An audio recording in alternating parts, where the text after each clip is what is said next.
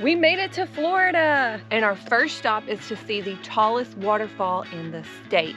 Later, we're gonna find some dispersed camping where we witnessed something a little bit disturbing. They took their car and turned it into a battering ram. The next day, we visit one of the largest and deepest freshwater springs in the world. God.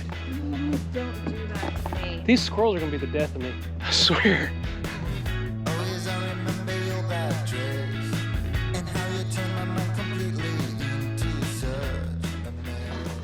Welcome back, everybody. We have made it to Florida. And if you watched our previous videos, you would know that Cody and I were both sick and we are feeling much better, both of us. But we slept over last night at one of our favorite campgrounds. If you've been watching the channel for a long time, you know that campground, if we're in Florida, is Fort Pickens.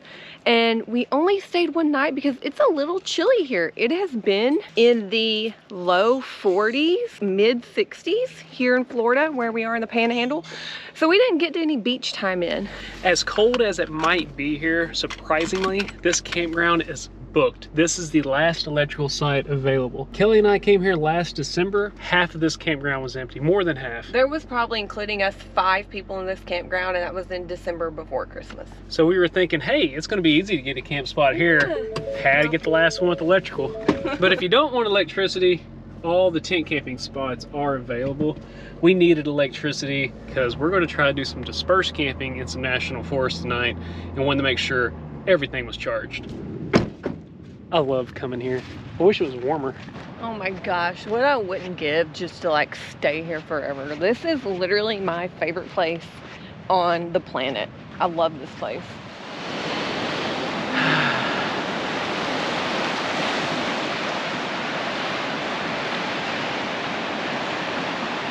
This is what I love about living in a truck camper. I was thinking about how much I missed this place a week ago, and here I am. Unfortunately, we cannot stay because we have to move on. We do have a final destination that we're trying to reach in Florida. We're trying to make our way there, so we're kind of hitting spots a little quick and we're leaving, so we gotta go. Okay, our destination for today is a state park in Florida, and we're gonna go see something pretty amazing that we've never seen before. Can you imagine that? We've been to almost all lower 48, and this is something that we have not witnessed yet. We didn't even know this existed. Let's go. This is the Falling Waters State Park, and we're gonna be seeing a waterfall that falls into a sinkhole. The height of the waterfall, 73 feet tall. That's what we didn't expect in Florida. A 73-foot tall waterfall in this flat state. What? Now this is a very short walk from the parking lot. I can still see our camper from here, but there's different ways that you can view it. There's an overlook, and then from the base where it falls into the sinkhole. So let's see where we get here.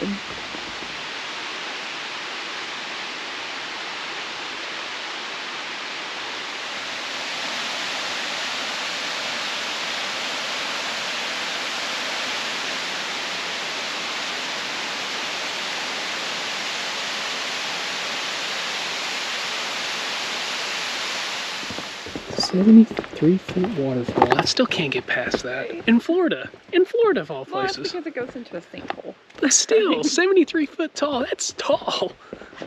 So that's another sinkhole. This is kind of creepy. The reason I'm saying it's creepy is I've seen news articles of sinkholes occurring over the whole entire state of Florida. Yeah, and then like whole neighborhoods just collapsing in. Anywho, the reason we came this way is we wanted to see the headwaters of the creek before it goes into the sinkhole. Always got to touch the water. Hey, there's fish in here, Kelly. I love the soothing sounds of a little creek. Now there is a campground here, but they had nothing available for tonight, but that's okay. We plan on going to the Apalachicola, I don't know if I'm saying it right, correct me if I'm not, National Forest, and we're gonna try to find some primitive camping because we have not primitive camped in a month and a half. Going on 2 months. Since Arkansas, and we really want to just be out in nature, total darkness, no human civilization. So that's what we're gonna try to find. Be a little human civilization. But there's not gonna be a camper right next to us. Oh, no. Yeah, hopefully maybe we can find a little trickling creek like that. That's what I want, but we'll see what we can find out there. It's a big area. We're just gonna wing it. The fun for looking for dispersed camping in public lands begins where the asphalt ends, right here. Now, we have never camped here before, so this is our first time driving through here. We have no idea where we're going. This is what we normally do whenever we are looking for dispersed camping in a new area. We just drive. We turn down roads. Sometimes we gotta turn around, but it is in the middle of the week. I don't think there's gonna be a lot of people out here, so hopefully we can find something. And it looks like we might have something. How's it look on the map? Oh, it just keeps going. It doesn't stop anywhere.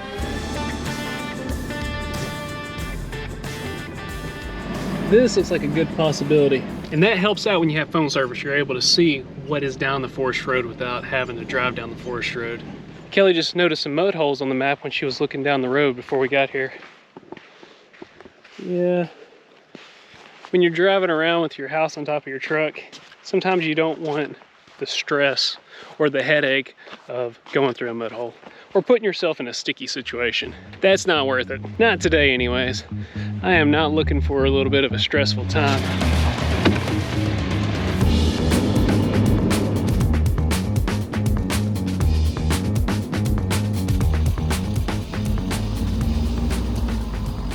Looks like we found our home for the night. Not exactly what we were thinking we would find. However, a lot of the roads around here just keep going. They don't have pullouts like I'm used to in a lot of other national forests. This is called Brown House Hunting Camp, and it is not a fee area, but it is a designated camping location within the national forest. We decided we would just take this because there's nobody here. It's just Kelly and I. The first spot that we saw like this was packed full of campers. I think there's about 9 different campers, and it looked like a spot like this. So we decided to keep going, and I assumed that this one would be the same way. And they also did a controlled burn over here today. Might be why there's no one here. Do y'all hear that?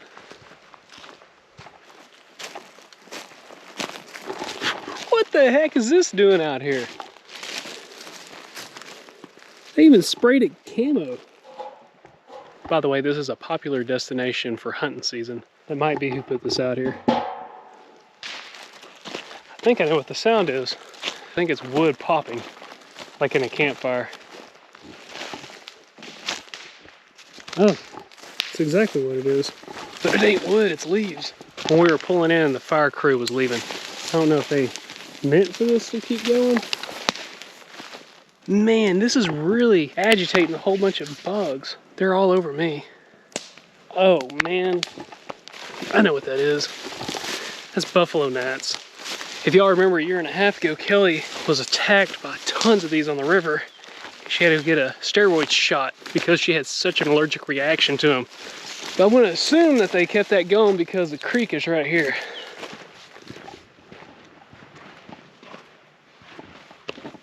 That's some of the darkest water I've ever seen. It's about the color of ink. Guess I gotta get back to the truck because Kelly's showering and I am gonna help her cook, I think. I don't know why I put these back on.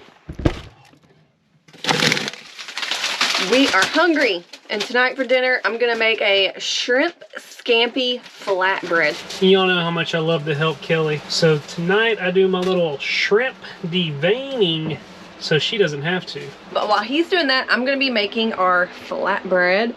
We've got some yeast in the bowl here. We're gonna put a couple of other things in there. Of course, I always make a mess. All right, so we're just letting our flatbread mixture here get foamy. It is sugar, yeast, and warm water. It usually takes about 5 minutes. You can tell it kind of starts like, not really bubbling, it just starts looking kind of foamy. Our flatbread is looking, I'm gonna say cloudy is more the word.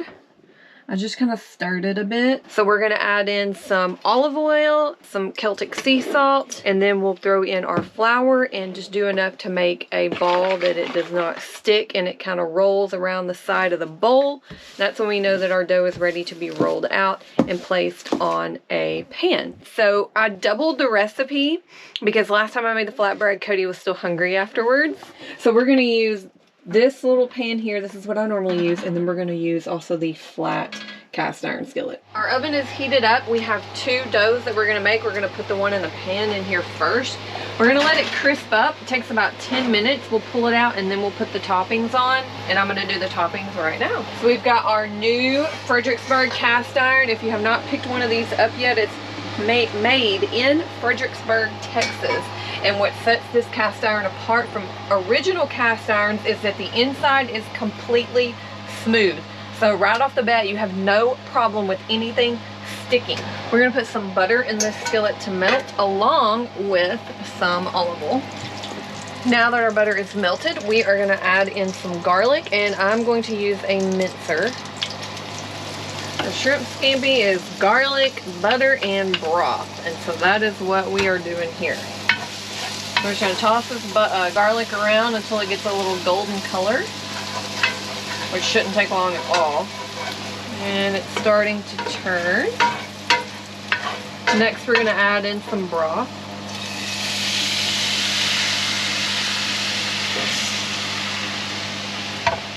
We're gonna let this broth reduce by half, and then we're gonna throw in the shrimp. We're gonna go ahead and add our shrimp into the skillet. We have two different cheeses here. We've got a mozzarella and a Parmesan. We're gonna put the mozzarella cheese on first, on top of our flatbread. We're gonna go ahead and top this flatbread with some shrimp. We're gonna take some of this sauce and spread it evenly out on the bread. I don't wanna douse it with it because I don't want it to be super runny. But I am trying to get some of that garlic and that broth. Now we are going to top it off with our Parmesan. So we have some pepper, parsley, and chili flakes, and I'm just gonna drizzle the top with each one. We always like to have things a little extra spicy, so that's why we like the chili flakes. And then of course parsley. All right, we're gonna put this one into bake, and we're gonna dress our second flatbread. Now we're pretty much just going to bake this one until the cheese is melted because everything else is cooked on it. Oh, that looks good. The second one in here. Okay. That looks really good. I did get a little bit too much juice, I think, right there. And I'm trying to figure out how I want to cut it. Let's go right down the center. What do you think? It looks like this, yeah. Looks like a good design. A good design? Yeah. It's like a cafeteria pizza. Oh, okay. It's perfectly fine, those rectangle ones. You know, sometimes I miss those rectangle pizzas. Dude, those pizzas are the bomb. They are pretty good.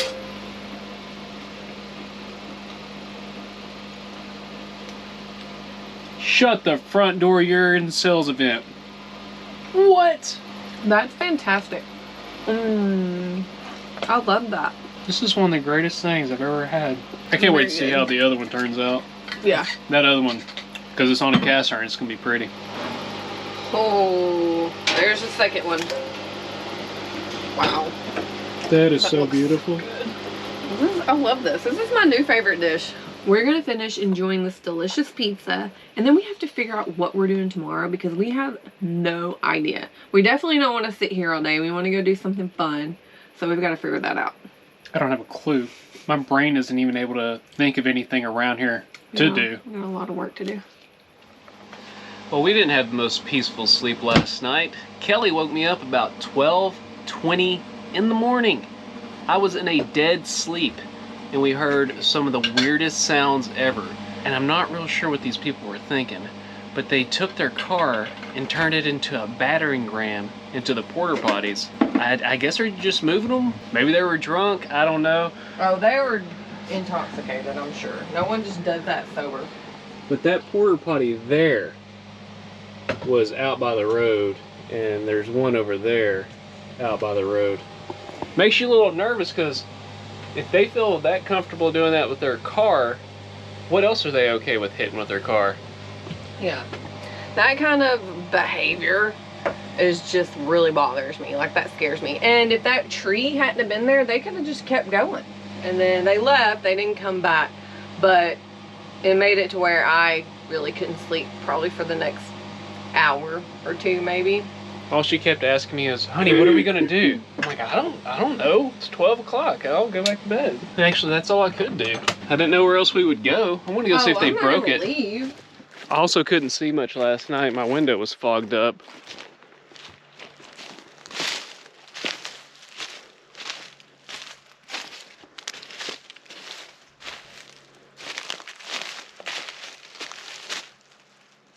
Yeah, they broke it up. The other thing is what if I was in here last night? Not that I would have been at midnight, I could have been. That one's a little bit better.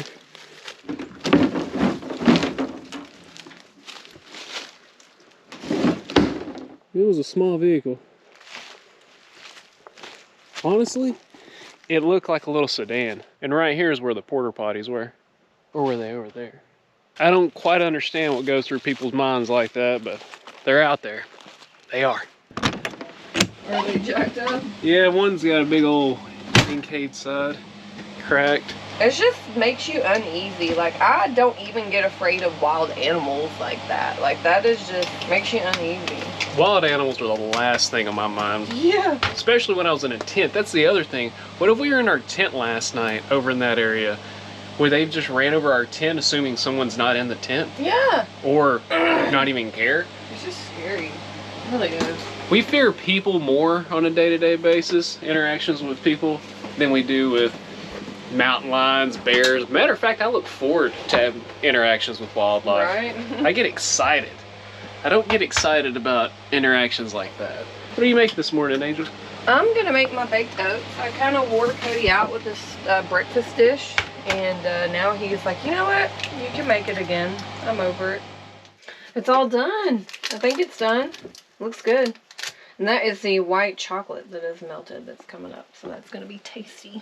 I was wondering what that was. I was thinking it was foaming at the mouth there for a second. It's white chocolates. With all of our research last night, we think we found something worthwhile to go see in this area. Now, everybody knows Florida is known for their beautiful beaches, but they're also known for their springs. This is the Wakulla Springs. It is one of the largest springs in the world. There also is a historic Mediterranean-inspired lodge from the 1930s we're gonna go take a look at. Before we can get to the historical lodge, Kelly and I learned that there are boat tours along this river, but I think they're fully booked out for the day. When we did our research, we looked online, and today was grayed out, so it looks like you can't book it either after a certain time or the day of. I really think they're booked up. It's just a lot of people walking there all at once. Probably because they had one at 1 o'clock or something. Go to the front desk of the lodge. Never mind, we're going to the lodge anyways. They have ice cream. Uh-oh. There's ice cream here. You know that's a problem.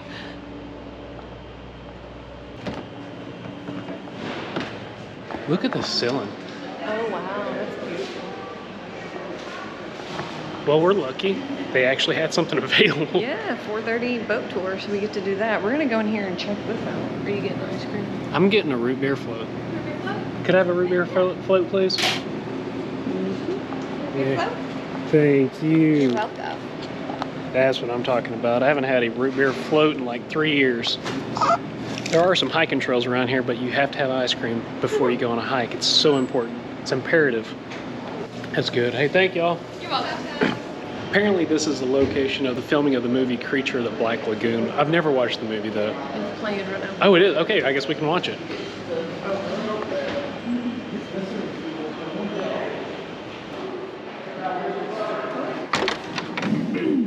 This is going to give us a view off this deck of the spring itself. I bet in the summer months this place is packed. Yeah, people probably jump off right here. Oh, that's exactly what it's for. Wow. And the water's coming out from this whole entire area, so this is the start of the river. Bubbles up and it feeds this whole entire river.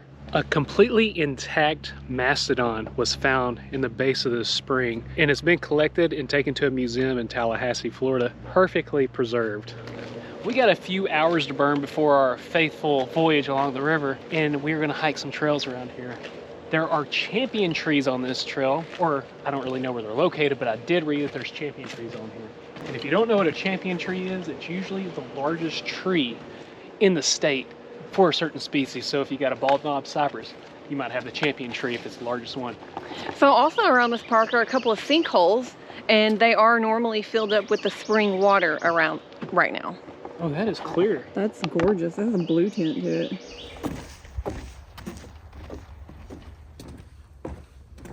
I'm starting to think the brochure lied. I haven't seen a single champion tree yet. They didn't state where these champion trees were. They said they're out here. God. Oh, don't do that to me. These squirrels are gonna be the death of me. I swear. I shouldn't have watched that Creatures of the Black Lagoon, man. It's got me on edge. Oh wow, it's clear and blue. Oh yeah. Look down like you can into the rocks.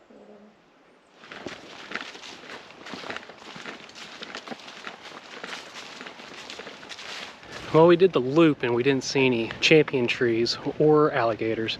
However, we've got probably 40 minutes before our boat tour, and the probability of seeing an alligator then, very likely, based on what we've heard. Manatees, probably not as likely. But if we see a manatee, I'm gonna freak out because I've never seen a manatee Why before. would it be not as likely? They said October to January are the most common time that manatee come this far up the river.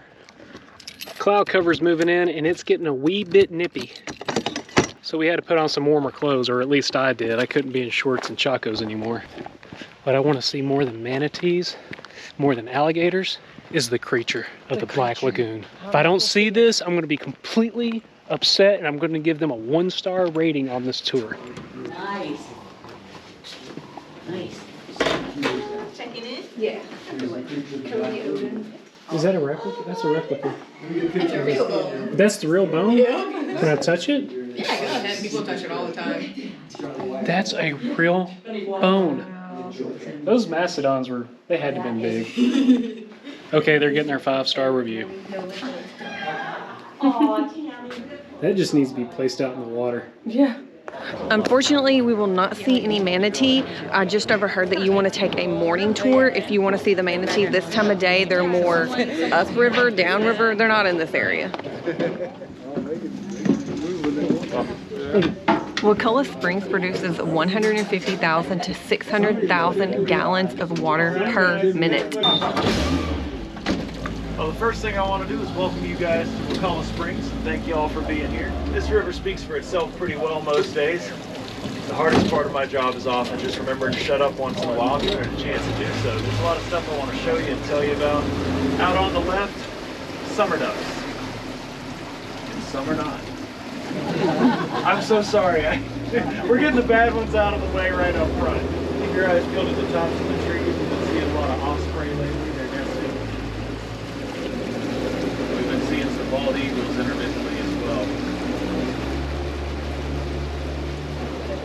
But there's one thing I'd like to do for you guys, if y'all will indulge me. Something I learned from one of the old-time boat captains, a fellow named Jeff Hicks. The best thing he taught me about driving boats was that if you cut the engine, and if everybody's quiet for just a little bit, if you're lucky, the river kind of forgets we're here. We can hear what this place sounds like when it doesn't think we're around.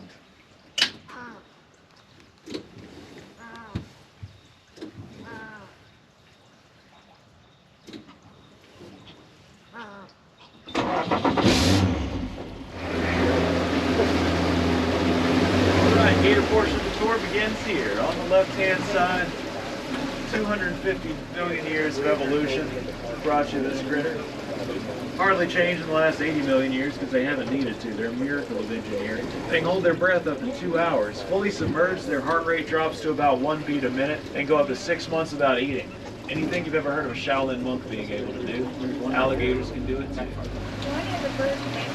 Oh, what is that? What is that up here? We've got a manatee up ahead. Oh my gosh, we must see a manatee. Let's see if they'll come up and take a breath. We can see their cute little snouts. Coming up right here. They only come up about every 2 to 5 minutes. Human beings only exchange about 17% of the air in our lungs with every breath. They exchange 90s. I remember learning in school that early explorers of the New World, when they encountered manatees, always thought they were mermaids. And it turns out that is true. If you read Columbus's ship's journal, for instance, he talks about encountering what was certainly manatees. And he's very frank about his disappointment. that they were, quote, not as attractive as stories had painted them to be. He goes on to say, many of them have distinctly masculine features, and I've never gotten over that description of manatees, or the idea of a disappointed Christopher Columbus looking down wondering where the hot ones are at. Okay, they get 10 stars Gator now. on the right. We got a manatee escort up ahead. With that, we conclude the tour. The only part that remains is the crash landing here at the dock. So I want to ask you guys, keep your seats, keep your eyes, nose, fingers, toes, especially your elbows inside the boat. The last little thing we're gonna do here is we're gonna enjoy the restaurant. We've been contemplating it all day because I do have plenty of food to cook, but it is 5:15 now, and I think we're just gonna go ahead and eat. Y'all follow me.